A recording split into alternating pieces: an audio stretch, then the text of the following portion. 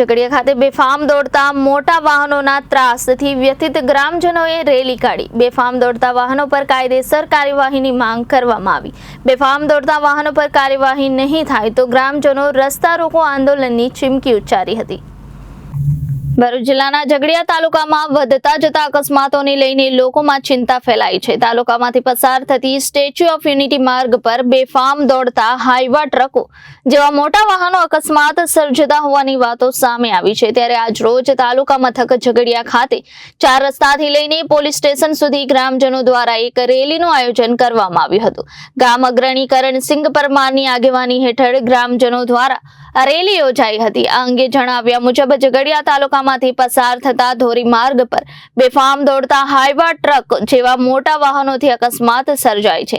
આવી હાઈવા ટ્રકોના ચાલકો જરૂરી નિયમોનો ભંગ કરી બેફામ વાહનો હંકારતા હોય અકસ્માતો થતા હોવાનું આ પ્રસંગે જણાવ્યું હતું। વધુમાં જણાવ્યું હતું કે અત્યાર સુધી ઘણા અકસ્માતો જીવલેણ બન્યા છે। ગ્રામજનો દ્વારા વધુમાં જણાવ્યા મુજબ જો કોઈ વાહન ચાલક નશો કરીને વાહન હંકારતો ઝડપાય તો તેના પર કડક પગલાં ભરવા જોઈએ।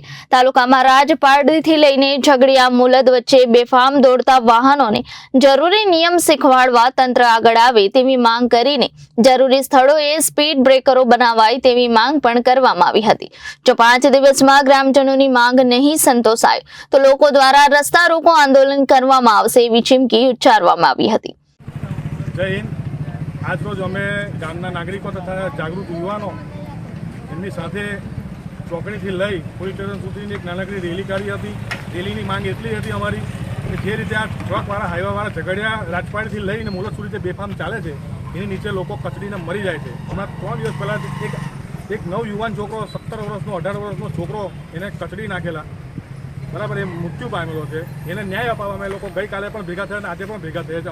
અમારી માંગ એટલી છે કે જે સ્પીડ બ્રેકર છે સ્પીડ બ્રેકર બનાવે અને જે રોંગ સાઈડ પર જનારા બેફામ લોકો હાઈવાવાળાને જે પોલીસ અધિકારી 3 ગાડી બે કે 3 મૂકીને એમને બંધ કરાવે। અને જે રીતે આ ટ્રાન્સપોર્ટરો બેફામ બનેલા છે બરાબર લોકમુખી એ ચર્ચા પર જાણવા મળે છે કે ભાઈ એ લોકોનું પેકેજ પહોંચી જાય એટલે કાર્યવાહી થતી નથી, પરંતુ હવે એવું ના થવું જોઈએ।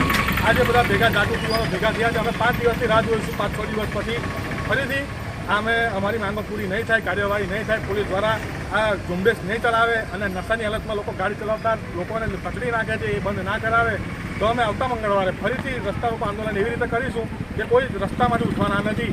અમે નાનકડું આંદોલન નથી, અમે બહુ વિશાળ આંદોલન કરવા પછી મજબૂર બનીશું। માટે અમારી માંગ આટલી છે કે તમે આ જે બેફામ બનેલા ટ્રક ડ્રાઈવરો બેફામ બનેલા આ માફિયાઓને તમે બંધ કરીને લોકોનો જીવ બચાવો એટલી જ અમારી નાનકડી માંગ છે। જય હિન્દ। રિપોર્ટર વિશાલ પુરોહિત, જનાદેશ ન્યૂઝ, ઝઘડિયા।